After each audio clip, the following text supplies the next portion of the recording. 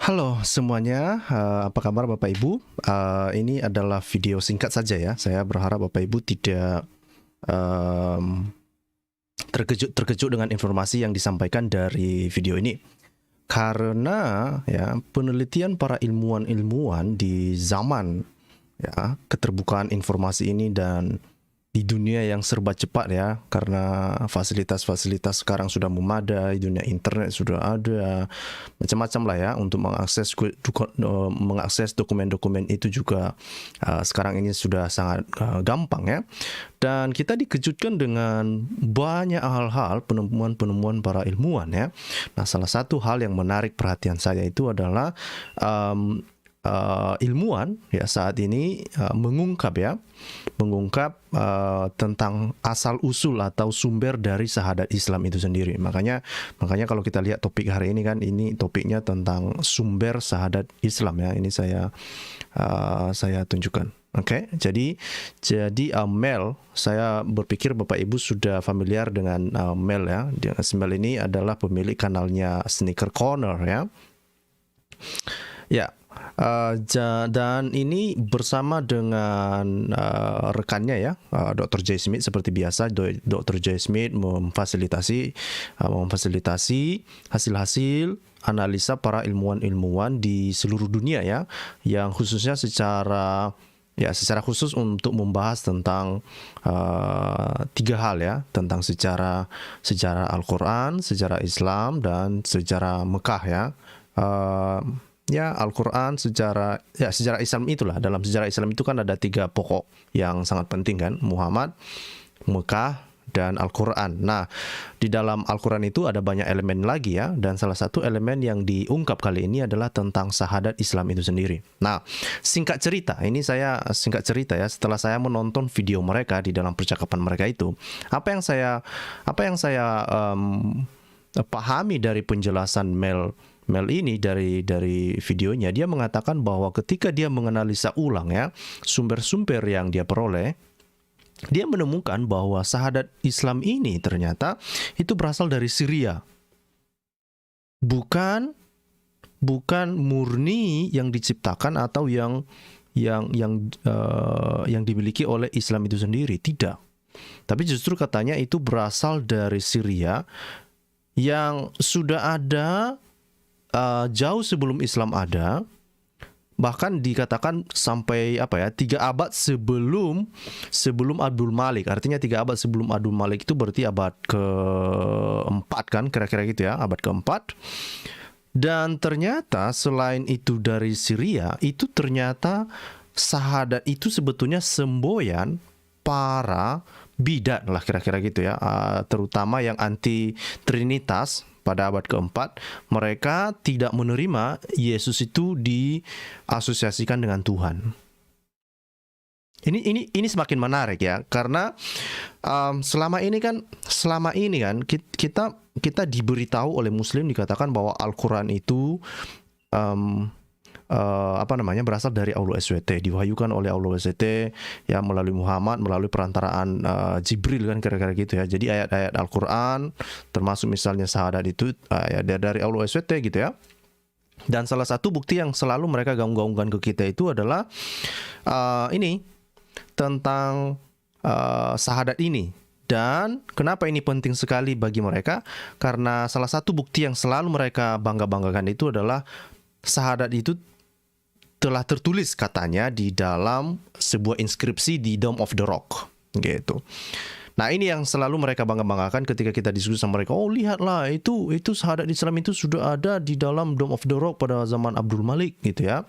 Nah, sementara itu kan sebetulnya udah jauh sekali ya. Itu Abdul Malik membangun The Dome of the Rock itu pada tahun 692 ya.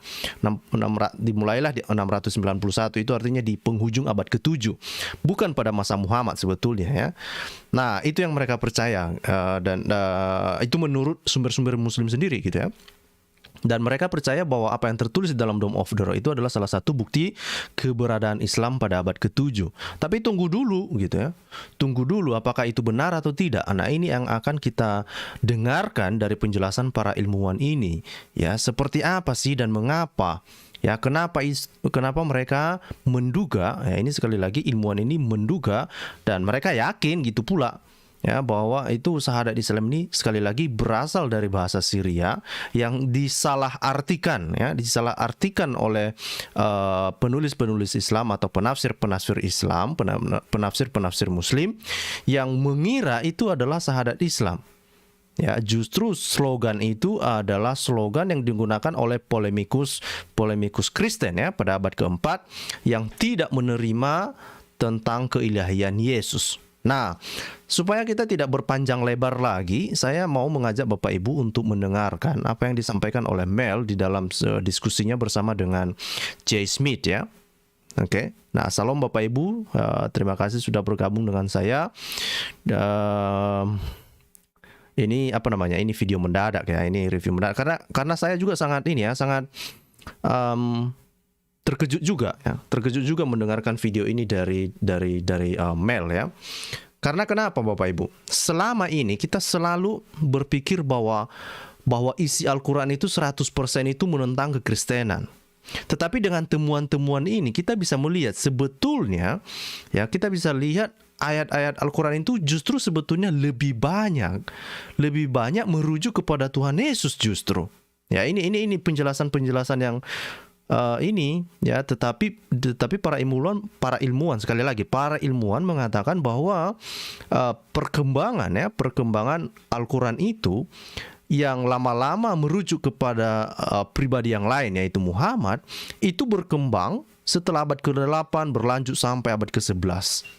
Nah, pada awalnya bukan seperti itu ya. Seperti itu yang selalu kita bisa dengarkan dari para ilmuwan. Bukan hanya si Mel ini, bukan hanya dari Jay Smith, ada banyak juga penelitian dari buku-buku hasil penelitian yang dilakukan oleh para ilmuwan ini. Kita bisa melihat hal itu ya. Beberapa waktu yang lalu saya sudah presentasikan, misalnya ada presentasi dari Alexander ya, yang mengungkap bahwa memang beberapa teks-teks Al-Qur'an itu justru jauh lebih jelas kalau dibaca di dalam bahasa Syro-Aramaik ya. Nah, jadi mari kita dengarkan video. Nah, ini video mereka. Oke. Ini di dalam video ini sebetulnya Jay Smith bersama dengan Mel ya. Bersama dengan Mel membicarakan ini. Nah, Bapak Ibu nanti bisa mengecek video ini secara utuh. Ini saya akan kasih linknya di live chat. Ya, silakan ke sana untuk mendengarkan secara utuh. Nah, kita akan melihat beberapa hal-hal penting saja ya. Nah, di slide ini sebetulnya yang paling penting dari sini adalah bahwa di dalam The Dome of the Rock itu ada kata yang syahadat Islam itu yang mereka percaya yang tidak ada Tuhan selain Allah katanya gitu ya. Dia tidak punya dia tidak punya associate itu maksudnya tidak ada yang setara dengan dia lah kira-kira, tidak ada yang setara dengan dia atau tidak ada yang tidak ada yang setara dengan. Jadi itu yang tertulis di dalam The Dome of the Rock ini. Masalahnya Bapak Ibu, he has no associate ini artinya tidak ada yang setara dengannya ini di dalam syahadat Islam saat ini itu justru hilang gitu ya, tidak seperti syahadat mula-mula. Dan di syahadat sekarang ada kata Muhammad. Oke, ada kata Muhammad yang sebetulnya itu juga para ilmuwan mengatakan itu Muhammad di dalam The Dome of the Rock itu sebetulnya disalah terjemahkan juga gitu ya, disalah tafsirkan. Padahal yang dimaksud dan di situ adalah bukan nama Muhammad yang ada di situ, justru itu adalah sebuah participle yang merujuk kepada seseorang yang diberkati atau yang dimuliakan atau dalam kata yang lain dibilang the praised one ya, atau makanya itu di baris terakhir itu dikatakan praise the servant of God and His messenger. Jadi diberkatilah orang-orang ya, pelayan Tuhan dan utusan Tuhan, kira-kira gitu ya. Jadi tidak ada hubungannya dengan nama Muhammad, juga tidak ada hubungannya dengan Islam. Tetapi ya inilah klaim-klaim Islam mengatakan bahwa itu adalah bukti keberadaan Islam. Mari kita dengarkan apa yang disampaikan oleh Mel. Oke. And the bit in red is the bit that I'd like us to focus on. There is no God but God alone. He has no associate. Now, if you ask most Muslims, even most non-Muslims, if when did that first start? They would say 7th century on the Dome of the Rock. There was nothing like that before. However, there was something very like that before, and it came from Syria as well, as we'll see. So where does it come from? So according to Pines, this is Slow-Mo Pines, we can trace it back to a 4th century source written in Greek. Way back in 1984, he said that La ilaha illa Allah and La ilaha illa huwa are translations into Arabic of slogans used in Judeo-Christian polemics during the previous centuries. Nah, ini kita stop di sini dulu ya. Jadi apa yang dijelaskan oleh Mel ini ya, ini syahadat Islam ini yang sudah terkenal lah ya, dikatakan bahwa la ilaha illallah atau la ilaha illahua, itu rupanya adalah ada atau dituliskan di dalam bahasa Yunani pada abad keempat ya. Itu menurut Pines ya, itu yang ada yang dia kasih gambar itu ya, Slow-Mo Pines. Nah, ternyata syahadat itu awalnya itu di dalam bahasa Yunani awalnya ya, dan bukan hanya dalam bahasa Yunani, ternyata nanti ketika kita melihat sumber-sumbernya juga ternyata ada juga di dalam bahasa Syria gitu ya. Nah, apa slogan ini? Ternyata slogan ini berasal dari para polemikus Kristen ya, ini dibilang ya Yudea Kristen pada abad-abad sebelum Muhammad, kira-kira gitu, atau pada abad ini kan di abad keempat, artinya bahwa ini slogan ini sudah ada di abad ketiga ya. Makanya di abad ketiga kalau kita lihat misalnya di abad ketiga kan, terutama di tahun 325 kan, di situ kan ada Konsili Nisea ya, penegasan kembali bahwa penegasan tentang ketritunggalan Allah ya, atau Allah Tritunggal, tentang ketuhanan Yesus, tentang ketuhanan Roh Kudus. Nah, dan ternyata adalah slogan itu digunakan oleh siapa? Oleh para polemikus Kristen yang menentang keilahian Yesus. Slogannya apa? Mereka menolak bahwa Yesus itu diasosiasikan dengan Tuhan gitu. Ini menarik ini Bapak Ibu. Bagi saya sendiri pun ini menarik sekali ini ya. Oke. Nah, ini yang dikatakan oleh Slow-Mo Pines ini ya. Dan dikatakan di situ di dalam bahasa Yunani ya, ini slogan tauhid seperti ini itu bisa ditemukan di dalam Pseudo Clementine Homilies ya. Nanti akan saya tunjukkan bukunya. Saya juga sudah memiliki bukunya. Nanti akan saya tunjukkan kepada Bapak Ibu di mana teksnya itu sebetulnya. Ya, memang saya hanya menemukan teks bahasa terjemahannya ya. Tetapi nanti saya akan coba untuk mencari yang bahasa Yunaninya gitu ya. Nah, saya belum menemukan, tapi masih terjemahan bahasa Inggris yang saya punya. Oke. Nah, jadi dikatakan memang di dalam terjemahan itu bahwa slogan ini ada gitu ya. Slogan ini ada. Oke. Nah, mari kita dengarkan lebih lanjut apa yang disampaikan oleh Mel ya. A Greek form of the Tawhid exists in the Pseudo-Clementine Homilies, and in Greek it says esten ho theos ke plen otu uk esten. And in English, that would be, God is one. There is no God except Him. Nah, jadi itu yang disampaikan oleh Mel itu. Nah, di dalam bahasanya ini, itu kan dikatakan di situ, di dalam bahasa Yunani, dibilang Heis estin hotheos kai plen autu ok estin, gitu ya. Nah, itu kan huruf-huruf Latin ya, tapi harusnya itu kan ditulis dalam bahasa Yunani lah ya. Nah, yang artinya apa ya? God is one, there is no God except Him. Artinya Allah adalah esa, tidak ada Allah selain Dia gitu ya. Allah adalah satu, tidak ada Allah selain Dia. Nah, ini rupanya slogan ini jadi dibalik saja, dan itu menjadi equivalent ya, atau samalah kira-kira gitu ya, miriplah kita bilang dengan syahadat Islam misalnya ya. Dan itu bukan hanya itu aja yang menarik sebetulnya. Kenapa slogan ini justru ditempelkan atau dituliskan oleh Adam Malik di Dome of the Rock? Nah, menurut penjelasan Clement menurut penjelasannya si Mel ini mengatakan bahwa ya slogan itu diambil oleh Adam Malik karena itu memang slogan itu untuk menentang kekristenan pada saat itu, menentang doktrin kekristenan, dan diambil langsung oleh si Adam Malik itu sekaligus untuk mendeklarasikan tentang tentang dia yang memang menentang ajaran kekristenan itu kan. Jadi pada awalnya itu sekali lagi ini bukan murni dari Islam ternyata gitu ya. Itu kalau kita lihat hasil penelitian ini. Oke? Ini menarik bagi saya Bapak Ibu. Menarik sekali. We could see how close they are, or how close it is to the rock inscription. So let's have a look at it in context. So here it is in green.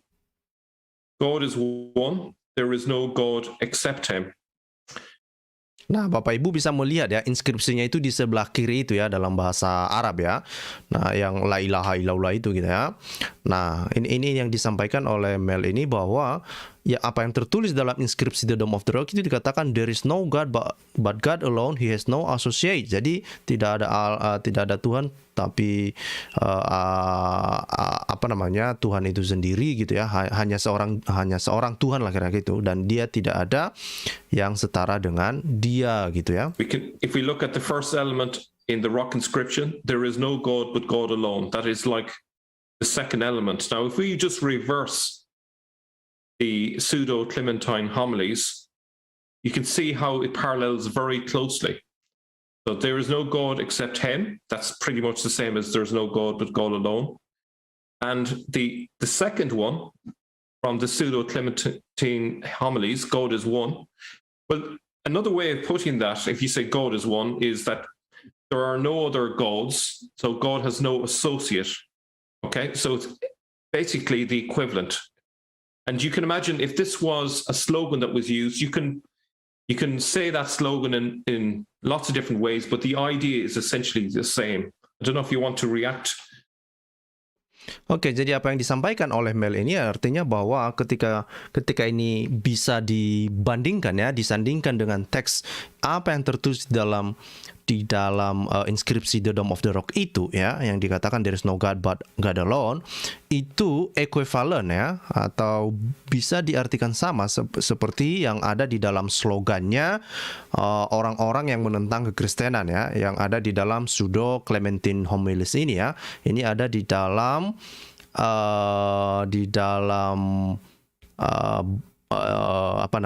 pasal 16 ya, pasal 16 chapter 7 ayat 9. Nanti kita lihat.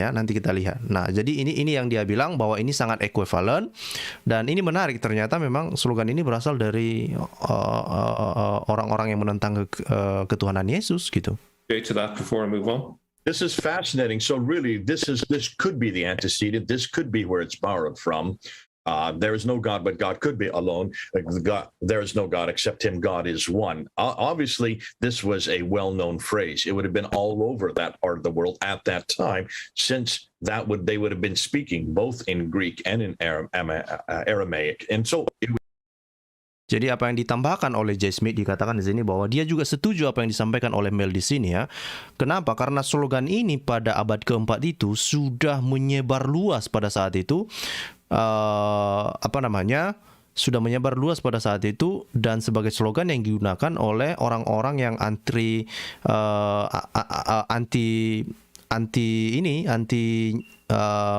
Konsili Nisea itu sendiri gitu ya. Karena di dalam Konsili Nisea itu kan menegaskan tentang ketuhanan Yesus kan.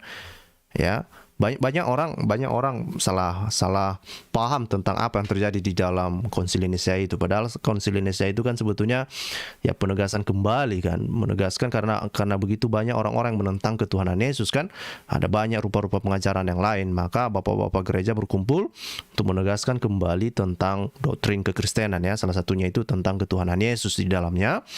Dan ternyata slogan para anti Trinitian itu atau anti dari Konsili Nisea itu, nah rupanya itu sampailah menjadi atau diambil oleh Adam Malik dan kemudian dijadikan sebagai slogan yang dituliskan di dalam The Dome of the Rock itu ya. Ini menarik sekali Bapak Ibu. Yeah. Would be stand to reason that Abdul Malik would use this since he would know that it was so well known. Yeah. So these works existed in both Greek and Syriac. So if you think of the context of Syria, there were plenty of opportunities for people to know about these texts. These homilies were also translated to Syriac as evidenced by a manuscript from Edessa, British Museum, addendum 1250, dated to the year 411 AD.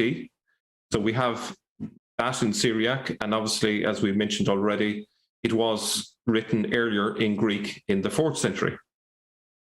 Nah, ini menarik Bapak Ibu. Apa yang bisa kita lihat dari yang disampaikan oleh Mel ini? Nah, ternyata slogan itu ya bukan hanya di dalam bahasa Yunani saja, tetapi ada juga di dalam bahasa Syria. Nah, salah satu buktinya itu adalah misalnya bisa dilihat di dalam manuskrip yang dari Edessa ya. Nah, manuskrip Edessa ini ada di dalam museum British ya. British yang apa namanya? Yang di carbon date ya, atau diperkirakan itu berasal pada abad ke-5 atau awal abad ke-5 ya. Nah, tentu saja manuskripnya ada awal ke abad ke-5, tentulah slogan itu sudah berkembang sebelum abad ke-5 ya, di abad ke-4 gitu ya. Nah, ini menarik. Jadi bahkan manuskripnya pun inti yang disampaikan Mel ini ada gitu. Ya, ada di dalam bahasa Yunani, ada di dalam bahasa Syria. Kenapa? Karena ini sudah bersirkulasi ya di dalam lingkungan ini ya, di dalam lingkungan orang-orang Kristen, karena seperti tadi itu banyak orang-orang yang menentang ketuhanan Yesus itu pada abad itu gitu ya. Nah, ini menarik sekali nih. Menarik sekali. Oh, terlalu kecil tulisannya Maskot, pakai HP tak terbaca. Sebentar, kalau begitu jangan marah. Saya perbesar. Kemudian oke. Oke, kelihatan ya. Nah, ini yang saya sampaikan tadi ya. Jadi this work existed in both Greek and Syriac. Oke. Yang mana itu bisa ditemukan terdapat di dalam manuskrip yang berasal dari Edessa yang ada di dalam museum British ya, yang diperkirakan itu berasal dari awal abad ke-5 atau lebih tepatnya di tahun 411 setelah Masehi gitu. Ini menarik ini. Ini sangat menarik. Saya sangat tertarik dengan hasil penemuan ini Bapak Ibu ya. Makanya saya pikir tadi, wah, ini perlu diungkap ini ke publik ini. Perlu ini diungkap ke publik. Kalau enggak ya nanti apa namanya? Nanti banyak yang tidak kedapatan informasi seperti ini kan. Saya pikir ini sangat menarik. Oke. Nah, selanjutnya apa? Mari kita dengarkan. Okay? About 100 years before that. Okay. So we can also see some parallels between it and Islam's teaching, and I've taken this from passage that I found on the internet. Strecker writes, "Just conduct on earth is the guarantee of a successful undergoing of the last judgment." According to this text, belief plays a subordinate role. The death of Jesus has no religious significance. The Christological problem scarcely exists. The guarantor of the metaphysical notions is the true prophet, whose call has to be proved by the coming true of his predictions. The basic document belongs to Sile, Syria, where it may come into existence in the middle of the 3rd century. Nah, ini menarik lagi ya. Ini apa yang menarik di sini sebetulnya. Jadi menurut si Mel ini ada sebuah pengajaran yang paralel dengan apa yang ada di dalam Islam. Apa itu? Ya, sebuah pengajaran yang bisa dilihat di dalam manuskrip yang disebut dengan Koile Syria ya. Nah, gitu ya. The basic document belongs to Koile Syria ya. Yang diperkirakan ini sebetulnya berasal ya di pertengahan abad ketiga. Nah, apa itu pengajaran yang paralel dengan Islam? Bahwa di dalam dokumen itu mengatakan bahwa keselamatan itu didapatkan dari hasil usaha, gitu ya. Dibilangnya just conduct on earth is the guarantee of successful undergoing the last judgment. Jadi perbuatan baiklah yang menyelamatkan seseorang. Gitulah kira-kira inti pengajaran, dan kita sudah tahu bagaimana juga di dalam Islam bahwa aduh, batuk saya. Bahwa di dalam Islam juga kita tahu mereka diselamatkan melalui pahala mereka, gitu ya, berdasarkan misalnya hal-hal yang mereka lakukan, ya, pahala yang mereka kumpulkan, gitu ya. Dan ini pengajaran ini sudah ada sejak pertengahan abad ketiga. Ini menarik ini. Jadi kita dibawa jauh ke belakang untuk melihat sebetulnya apa yang terjadi, gitu ya. Ini makanya saya sangat suka sekali mengenai sejarah ini, Bapak Ibu. Oke? Nah, apalagi ya? And the text that we have is from the 4th century. So as we can see. Nah, jadi sekali lagi saya ingatkan bahwa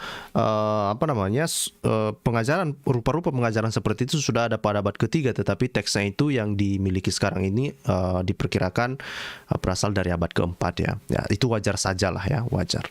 There's the idea of that you get salvation through your works, which is a very common thing that you find in Islam, not through grace but through works. That's there in the argument in this text, and the idea that what's important is a true prophet who proves himself through his predictions, through his prophecies. Okay. Nah, jadi apa yang disampaikan oleh Mel ini mengatakan bahwa itu keselamatan itu ya diperoleh dari usaha, dan mereka hanya memandang Yesus itu sebagai utusan yang sukses untuk melakukan hal-hal yang tersebut sehingga dia berhasil selamat lah, kira-kira gitu. Jadi mereka hanya memandang Yesus itu sebagai sebuah model lah, kira-kira gitu. Ini sebetulnya kalau kita perhatikan pengajaran seperti ini, ya. Nah, itu juga yang menjadi masalah, ya, ketika ini disandingkan dengan pengajaran kekristenan, karena justru kita tidak hanya memandang Yesus sebagai role model, ya, tetapi kita memandang Yesus sebagai Tuhan. Nah, ini pandangan seperti ini dulu yang menganggap bahwa Yesus itu hanya sekedar model yang memberi contoh kepada manusia sebagai seseorang yang berhasil, ya, melakukan segala hal yang baik sehingga dia bisa selamat, ya, kira-kira gitu, ya. Dan ini sangat bertentangan dengan doktrin kekristenan, gitu, ya. Nah, ini menarik, ya. True is that it certainly was not widely disseminated and underwent a first revision at the hands of an Arian theologian, the homilist. So notice there's a connection there with Arianism. So it was mostly in that area. It didn't go too far beyond that particular sort of neck of the woods, as it were. His attitude to the Trinitarian question ties him down to the time before the Nicene Creed. So we can pretty much date when it came from. It's probably to the first 2 decades of the 4th century. So we're talking 300 to, say, 320 AD. Nah, ini yang menarik, bahwa dikatakan bahwa rupa-rupa pengajaran itu, Bapak Ibu, memang tidak terlalu banyak, ya, atau tidak terlalu bersikulasi pada masa itu, dan itu diperkirakan diperkirakan berkembang melalui teolog Arian, ya, kira-kira gitu, ya, the homilists, ya. Dan itu sebetulnya lebih merujuk kepada pertanyaan atau pertanyaan kepada konsep Trinitas itu sendiri, ya. Nah, dan itu dikatakan waktunya itu sudah berkembang bahkan jauh sebelum Konsili Nisea ini, ya. Nah, ini dikatakan misalnya diperkirakan mungkin 2 abad sebelum abad keempat, dan itu dikatakan dituliskan di dalam Koheles Syria, gitu, ya. Nah, ini menarik ya ketika kita bisa melihat ya beberapa hal yang pernah kita bahas juga ya. Kenapa banyak hal-hal yang sebetulnya banyak ditolak oleh kekristenan, bertentangan dengan doktrin kekristenan, tapi ada hal-hal itu ada yang paralel di dalam Al-Qur'an, atau ada yang paralel dengan ajaran-ajaran Islam ya. Nah, ini misalnya seperti ini kan, ajaran tentang keselamatan yang diperoleh dari usaha manusia itu justru sudah ada di abad ini, sebelum abad ketiga. Dan kenapa rupa-rupa pengajaran itu diadopsi di dalam Al-Qur'an? Ini menarik ini Bapak Ibu. Ini menarik ini. Kenapa? Ya, ini sebetulnya implikasinya. Mengapa? Kenapa doktrin-doktrin yang ditolak oleh kekristenan kok itu pula yang diadopsi atau setidaknya paralel dengan pengajaran yang ada di dalam Islam gitu ya. Ini menarik. Nah, biar nanti Muslim yang mendengarkan video ini menjawab pertanyaan-pertanyaan ini gitu ya. Sama seperti kemarin kan saya berharap Muslim jangan mengikuti jejaknya si Rizky ya, yang mengatakan Al-Qur'an itu meneruskan ajaran-ajaran sebelumnya, tetapi yang dibicarakan ajaran sebelumnya itu dongeng. Itu saya tidak menganjurkan teman-teman Muslim mengatakan hal yang demikian ya.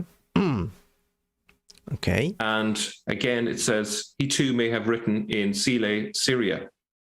So it's fascinating. We can see that it's written in a particular location, a particular time, and it is a polemic to do with the debates about Christology at that time, just before the Nicene Creed was formulated. Nah, jadi itu sangat menarik karena itu yang secara khusus ya, kalau saya pahami ini memang pengajaran-pengajaran ini sebetulnya, dan termasuk pertanyaan-pertanyaan yang terkandung misalnya dengan slogan itu sebetulnya untuk mempertanyakan tentang kristologi ya, kan kira-kira gitu ya. Karena memang di dalam kekristenan kan kita meyakini ya, dan itu yang ditegaskan di dalam Konsili Nisea itu kan tentang ketuhanan Yesus gitu. Jadi pandangan ini sebetulnya yang menolak ketuhanan Yesus itu sendiri gitu. Now, what's really interesting is Sile, Syria means hollow Syria, and you can see the area on the map there. The Latin is Cilia, Syria, or Cava, Syria. In Greek, it is Kili, Syria, which I think it was the originals, and then it's got Latinized. It was a region of Syria in classical antiquity. It probably derived from the Aramaic word for all of the region, Syria, but it was most often applied to the Bekaa Valley between the Lebanon and the anti-Lebanon mountain ranges, which is here. Nah, ini yang menarik ya. Nah, kalau kita perhatikan ternyata rupa-rupa pengajaran ini, dan termasuk yang Koheles Syria tadi itu, yang rupa-rupa pengajaran yang ada di dalam Koheles Syria ini. Kalau kita lihat kawasannya, ini adalah kawasan Koheles Syria yang ada di dalam kotak merah itu ya. Dan itu secara khusus dikatakan slogan itu ya, it's probably derived from the Aramaic word for all the region of Syria, but it was most often applied to the Bekaa. Nah, jadi dikatakan di kawasan inilah yang mana rupa-rupa pengajaran itu berkembang, tetapi lebih banyak ditemukan di daerah yang diberi kotak warna biru itu ya, yang di kotak warna biru itu di sekitar Lebanon ya, yang disebut dengan Lembah Baka gitu ya, yang di Lembah Baka. Ya, nah kalau kita lihat kan Mekah juga disebutkan sebagai Baka ya. Nah padahal Lembah Baka yang dimaksud ini justru yang ada di ini kan, dekat-dekat Lebanon ini kan, di dekat Lebanon ini. Nah sementara kalau kita lihat narasi Muslim, justru Mekah yang dimaksud atau Beka yang dimaksud di dalam Al-Quran itu, mereka mengatakan bahwa Beka itu adalah Mekah yang saat ini gitu ya.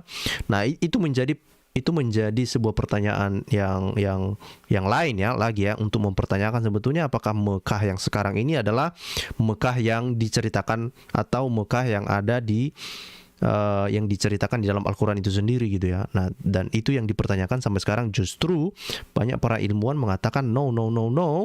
Mekah yang kamu percaya sekarang itu kemungkinan bukan Mekah yang dipercaya pada abad ke-7 atau abad ke-8 pun gitu ya. Justru mereka lebih percaya bahwa Mekah itu justru mungkin di Petra atau sekitarnya di daerah inilah, di daerah Damaskus ini kan. Ini kan kalau kita lihat kan daerah Damaskus kan, ini Lebanon juga kan. Daerah Syria lah kira-kira gitu ya, daerah Syria. Kita bisa bilang gitu ya. Oke, kita lanjut ya.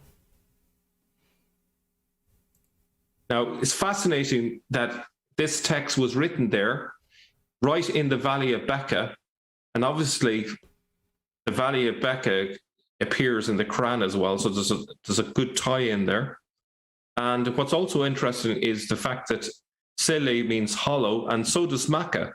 According to some people, they would say Makkah means hollow as well. So there's a lot of interesting overlaps that we could spot there. Nah, ini yang disampaikan oleh Mel ini sebetulnya ada hal-hal yang paralel ya, yang mirip-mirip ya, yang sebetulnya hal-hal yang diceritakan di dalam Al-Quran itu justru sebetulnya kalau kita lihat big picture-nya ya, ini kan saya berpikir Bapak Ibu kalau misalnya mengikuti video-video kita sebelumnya, ketika kita mempertanyakan sebenarnya Mekah itu di mana, nah ini sebetulnya yang mereka bicarakan ini ya. Jadi justru misalnya karakteristik atau ciri-ciri dari Mekah yang diceritakan misalnya di dalam Al-Quran, di dalam hadis, di dalam tafsir-tafsir, justru jauh lebih mirip di daerah Damaskus ini ya gitulah kira-kira gitu ya. Nah, dan itu yang disampaikan oleh Mel ini ya, ada banyak hal-hal yang justru bisa kita lihat hal-hal seperti itu terjadi di area ini yang dekat Lebanon ini, dan terutama yang dekat dengan ini, perhatikan ini Damaskus kan, dekat dengan Damaskus gitu. Nah, ini sangat berdampingan dengan area di mana slogan anti Trinitas tadi itu berkembang gitu ya. Damaskus berada di sebelahnya ya, tidak begitu jauh gitu ya, tidak begitu jauh. Jadi sudah saya pikir itu bisa dipastikan bahwa memang ada Malik ya, karena ada Malik kan berkuasa di Damaskus kan, kira-kira gitu ya. Nah, jadi sangat besar kemungkinan bahwa dia mendengar setidaknya slogan-slogan hal-hal seperti ini yang menentang ketuhanan Yesus ya. Dan saya pikir ada Malik percaya dengan hal itu. Nah, sebetulnya ya ada juga sebetulnya saya menduga ya, jangan-jangan ada Malik ini sebetulnya bukan Muslim. Jangan-jangan dia ini seorang bidat mungkin. Ya, saya menduga begitu. Ya, jadi makanya kalau misalnya ada Malik ini adalah seorang bidat, maka itu tidak mengherankan ketika dia mengadopsi slogan itu gitu ya. Dan itu dia masukkan atau dia tuliskan di dalam The Dome of the Rock itu gitu ya. Nah, tetapi itu masih dugaan awal saya ya. Dan itu juga beberapa ilmuwan juga menduga demikian ya. Nah, ini perlu pembuktian lebih lanjut. Memang penelitian ini masih terus berlangsung ya Bapak Ibu. Ya, saya juga penasaran bagaimana hasil akhirnya ini ya, seperti apa. Nah, belum sampai ke hasil akhirnya. Nah, tetapi dugaan awal saya tidak yakin Abdul Malik itu adalah seorang Muslim. Saya justru yakin dia itu seorang anti-Kristen, mungkin bidat. Mungkin polemikus Kristen dulu yang mereka mau menyerang tentang ketuhanan Yesus, yang menolak tentang ketuhanan Yesus, atau orang-orang yang anti konsili Nicea itu ya, anti konsili Nicea itu sendiri gitu ya. Jadi ini menarik ini. Oke, saya kurang tahu bagaimana Bapak Ibu melihatnya, tapi itu adalah impresi awal saya lah ya, atau apa namanya itu, dugaan awal saya dengan semua hal-hal yang terjadi ini gitu ya. Nah, sekali lagi kita akan lihat ya seperti apa nanti. Kita lanjut lagi. And a document from centuries before and from the same region where Abd al-Malik ruled. You can see there the significance of the location. So I would argue that it's a very strong case there for saying that when Abd al-Malik was putting the rock inscription in the Dome of the Rock, he simply just drew from slogans from the Christian polemics, the Judeo-Christian polemics, which were well known in that area for centuries. Nah, jadi itu yang disampaikan oleh Mel ya, seperti yang saya sampaikan tadi bahwa sangat mungkin Abdul Malik itu mengadopsi slogan dari orang-orang yang anti Trinitas tadi itu ya, yang anti Trinitas, dan kemudian mengambil slogan itu sebagai perlawanannya terhadap, dan lebih sering bisa ditemui di dalam kawasan Lebanon ya, dan Lebanon itu sangat dekat dengan Damaskus gitu. Itu sebetulnya yang mau disampaikan oleh Mel di situ. So if we see it in context on a map here, you can see that the Pseudo-Clementine homilies were way up there next to Damascus. Sebentar, biar saya perbaiki dulu ininya. Oke, ini saya perbesar ya. Saya perbesar dulu sebentar. Oke, saya pikir ini kelihatan ya. Jadi kalau dari gambar ini kita bisa lihat ya, dikatakan di sini, ini menarik sekali. Jadi itu diperkirakan slogan yang ada di dalam Pseudo Clementine Homilies ini ya, yang sudah berkembang pada bahkan sebelum abad ketiga ya, bisa saja itu sebetulnya sudah berkembang di abad kedua ya, yang anti Trinitas itu, kemudian diadopsi, dituliskan itu yang ada di dalam inskripsi The Dome of the Rock itu gitu ya, karena memang kita melihat maknanya, melihat artinya itu sangat equivalent ya. Nah terus The Dome of the Rock itu misalnya ya, The Dome of the Rock itu kan ada di Yerusalem itu ya, itu yang di sebelah bawah ya, The Dome of the Rock, dan inilah di Damaskus di sebelah atas itu. Jadi Abdul Malik yang berkuasa pada saat itu karena kan ini Damaskus ini kan ibu kota pemerintahannya pada masa Abdul Malik gitu, ibu kotanya pada masa pemerintahan Abdul Malik gitu, dan Yerusalem ini adalah pusat agama Yahudi ya, pusat agama Yahudi, dan karena Adam Malik ini, itu makanya saya bilang tadi ya, kalau misalnya benar Adam Malik ini sebetulnya dia ini seorang bidat, maka itu tidak heran ketika dia membangun The Dome of the Rock itu sangat berdampingan dengan tempat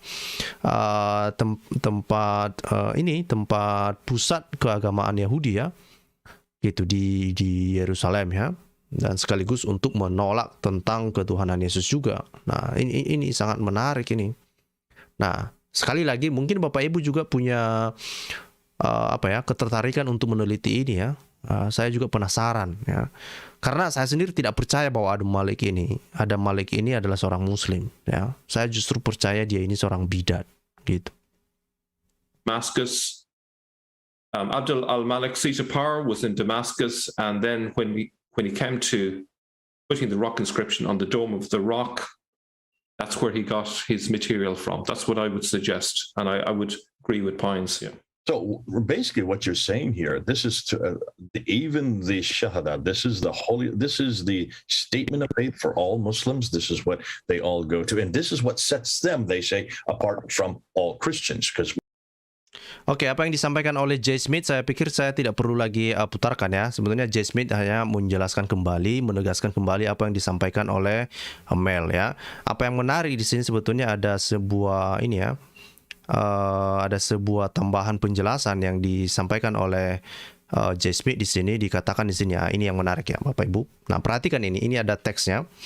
Di dalam inskripsi The Dome of the Rock itu banyak muslim mengklaim bahwa ada di situ tulisan Al-Islam gitu ya, Al-Islam ya. Nah, mereka mengatakan bahwa tulisan itu menunjukkan bahwa di Dome of the Rock, atau setidaknya pada masa pembangunan The Dome of the Rock itu, Islam itu sudah ada. Itu yang mereka klaim. Oke? Nah, saya berharap Bapak Ibu bisa menarik benang merahnya di sini. Oke? Nah, ternyata menurut para ilmuwan itu tidak melulu atau tidak sama sekali merujuk kepada Islam. Karena kalau diterjemahkan, justru kalau misalnya itu dibaca di dalam bahasa Syria, itu adalah al-Islam yang dimaksud itu bisa dibaca dengan al-Aslam, bisa juga sebagai al-Islam, tetapi artinya bukan agama Islam. Tetapi sesuai dengan kitab suci itu masuknya. Jadi ketika dibilang itu justru artinya adalah the right interpretation of scripture with God the concord. Artinya apa namanya? Sebuah penjelasan tentang kitab suci yang sesuai dengan apa namanya? Menurut ke apa namanya itu, menurut Tuhan lah kira-kira gitu ya, with God the concord ya. Artinya yang menurut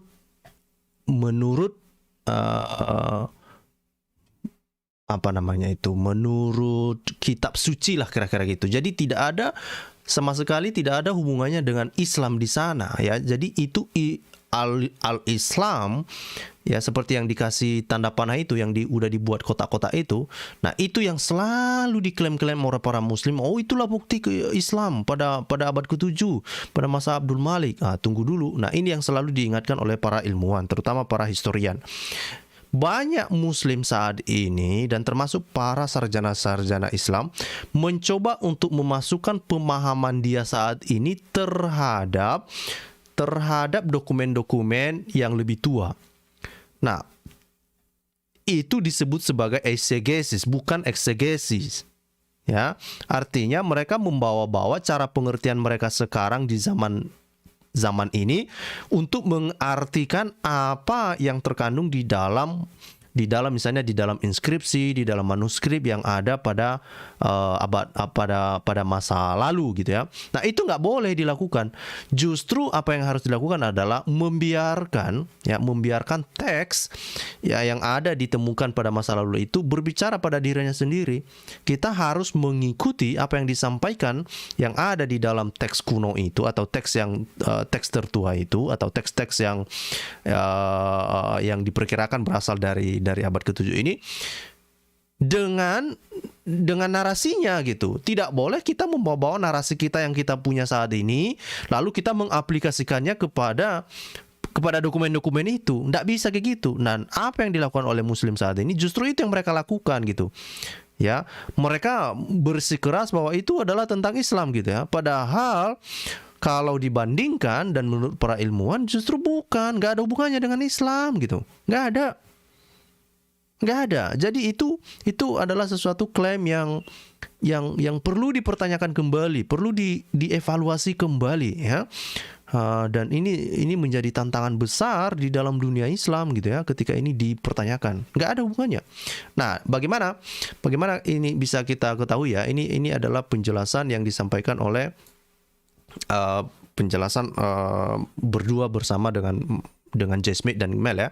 Nah, jadi justru yang dikatakan di situ adalah al-Islam itu atau al-Aslam itu diartikan sebagai the concord ya. With God the concord. Gitu. Jadi nggak ada hubungannya dengan Islam, nggak ada. Nah, sekali lagi kita mempertanyakan Islam ini pada abad ke-7. Karena kenapa? Para ilmuwan saat ini tidak tertarik dengan dokumen-dokumen yang ditulis pada abad ke-8, abad ke-9, abad ke-10, abad ke-11. Apalagi Quran yang dikanonisasi pada tahun 1924 yang di Kairo itu. Ya, orang-orang ilmuwan nggak tertarik itu. Ilmuwan saat ini tertarik apa sebetulnya yang terjadi pada masa Muhammad yang diklaim oleh Muslim. Muhammad hidup pada tahun 570 sampai 632. Mana dokumennya, mana sumbernya gitu ya. Dan sumber yang paling tertua ini justru hanya bisa ditemukan pada tahun keberapa? Tahun 692. Pada masa ada Malik ya, ada Malik, dan itu sudah jauh sekali. Dan itu pun klaim ini rupanya jauh sekali hubungannya dengan Islam. Justru ilmuwan mengatakan, Muslim, sarjana-sarjana Muslim, kamu salah ngerti itu. Itu nggak seperti itu diartikan. Justru diartikan bahwa itu adalah the concord, gitu ya. Nah, ini penjelasan yang menurut saya perlu diperhatikan oleh Muslim ya. Nah, ini misalnya apa ya, ketika para ilmuwan berdiskusi untuk melihat itu ya, dikatakan di sini ya. Jadi Thomas ini bertanya kepada Fay. Saya kurang tahu Bapak Ibu mengenal si Fay itu. Fay itu sering saya lihat dia misalnya dia muncul dia punya channel juga kan. Dia punya channel juga yang sering kali berdebat di Speaker Corner ya. Dan mereka ini peneliti gitu ya. Nah, dikatakan apa yang dikatakan oleh Fay, dikatakan bahwa regarding the word al-Islam on the inscription, it is read al-Aslam, meaning the more correct. Artinya adalah penjelasan yang sesuai, yang lebih tepat gitu ya. Or the one that agrees with God, atau sesuatu yang sesuai dengan kehendak Tuhan lah mungkin ya, yang sesuai dengan kehendak Tuhan lah mungkin ya. Nah, I can see how it was later used to sound like al-Islam to indicate that the religion that God agrees with Islam. Is that correct? Nah, jadi banyak Muslim mengatakan bahwa al-Islam itu mereka bilang bahwa agama yang sesuai dengan apa namanya, yang diturunkan lah, atau yang berasal dari Tuhan lah, kira-kira gitu ya. Jadi Islam itu mereka katakan sesuai atau menurut Tuhan lah, kira-kira gitu. Nah, padahal itu adalah hanya penambahan tafsiran kan, karena kalau demikian maka harusnya ini, kalau kita artikan ini, harusnya selain kata al-Aslam harusnya ada kata Islam lagi dong, karena kata al-Aslam itu sendiri bukan Islam, tapi itu justru adalah sesuatu yang menegaskan bahwa ini tadi sesuatu yang sesuai dengan tuntutan Tuhan mungkin, atau tuntunan Tuhan, atau kehendak Tuhan, atau sesuai menurut Tuhan lah, kira-kira gitu. Ini makanya sangat menarik ya. Jadi sekali lagi, Muslim selalu mengklaim itu bukti tentang keberadaan Islam pada abad ke-7, tetapi ilmuwan mengatakan no, alright. Nah, ini juga penjelasan Thomas Alexander. Nah, Bapak Ibu pasti sudah familiar dengan Thomas Alexander ini. Dia juga bertanya kepada dia mengecek juga ke referensi yang lain ya. Misalnya di dalam referensi yang ditulis oleh Luxemburg ya. Bapak Ibu tahu lah itu ya, Luxemburg. Saya berharap Bapak Ibu tahu siapa. Nah, karena Luxemburg ini adalah seseorang ilmuwan yang ini ya, yang mencoba untuk mengecek kembali sebetulnya bahasa Al-Quran itu apakah benaran bahasa Arab murni atau bukan. Nah, ternyata menurut penelitian Luxemburg, dia mengatakan bahwa justru Al-Quran itu bukanlah murni bahasa Arab. Ya, bukan murni bahasa Arab, tetapi justru itu adalah campuran dari bahasa Siro-Aramaik gitu. Nah, jadi kalau ini ketika itu ditelusuri ya, si Thomas Alexander menelusurinya, dan ternyata ketika itu dibaca itu memang terbaca seperti itu ya, Islam ya. Nah, tetapi pengertiannya bukan agama Islam ya, tidak merujuk kepada sebuah agama, tetapi justru itu artinya adalah conformity ya, atau agreement atau concord ya, artinya yang sesuai dengan apa ya, tentu merujuk kepada Tuhan lah, bukan merujuk kepada sebuah agama gitu ya. Nah, jadi ini sangat menarik. Kenapa? Karena ketiga ilmuwan ini, baik si Fay maupun si Mel maupun si Thomas Alexander, termasuk juga dengan apa yang disampaikan oleh Luxemburg, itu justru sama sekali tidak ada hubungannya dengan Islam. Gitu. Makanya klaim-klaim Islam yang saat ini berkembang itu dipertanyakan gitu ya. Dipertanyakan. Nah, jadi ini yang saya pikir teman-teman Muslim harus berpikir ulang ya terhadap klaim-klaim mereka. Jadi ini yang disimpulkan oleh Mel, dikatakan bahwa ini kesimpulan disampaikan oleh J. Smith, mengatakan bahwa ini adalah salah satu contoh arti yang disisipkan lah ya, yang disisipkan pada abad ke-9 ya, yang disisipkan yang memaksakan arti yang mengatakan bahwa Islam itu di dalam di dalam teks yang ditemukan pada abad ke-7 yang sebetulnya teks itu tidak merujuk kepada Islam atau tidak merujuk kepada agama Islam, tetapi sebetulnya merujuk kepada arti yang lain. Tetapi ini karena mengalami redaksi-redaksi dan itu mengalami pergeseran makna pada abad ke-9. Ya, terutama untuk mendukung narasi-narasi pada masa Abbasid. Ya, jadi Abbasid ini berkembang mulai dari tahun 745 ya. Ya, jadi Abbasid berkembang mulai dari 745 sampai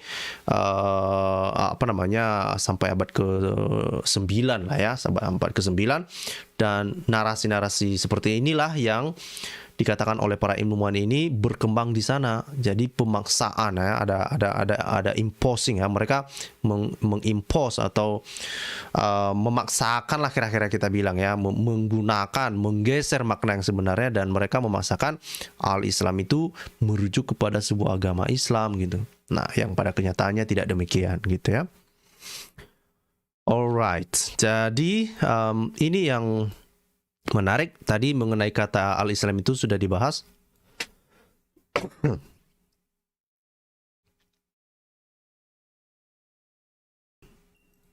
Oke, waduh, gatal tenggorokan saya sebentar.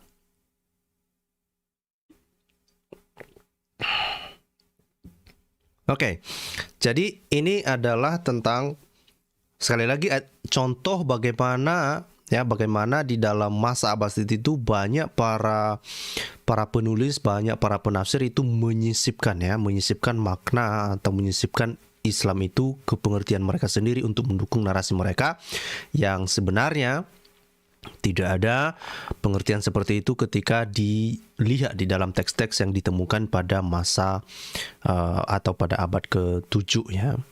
Nah, jadi sama seperti juga misalnya kalau kita perhatikan di sini ya, ini misalnya di dalam, nah ini kalau kita lihat di sini sebetulnya misalnya di dalam inskripsi Dome of Dor ini, di sini kan dikatakan di sini ada kata Muhammad ya. Ini di kata Muhammad, di sini ada kata Muhammad ya di baris terakhir ini ya.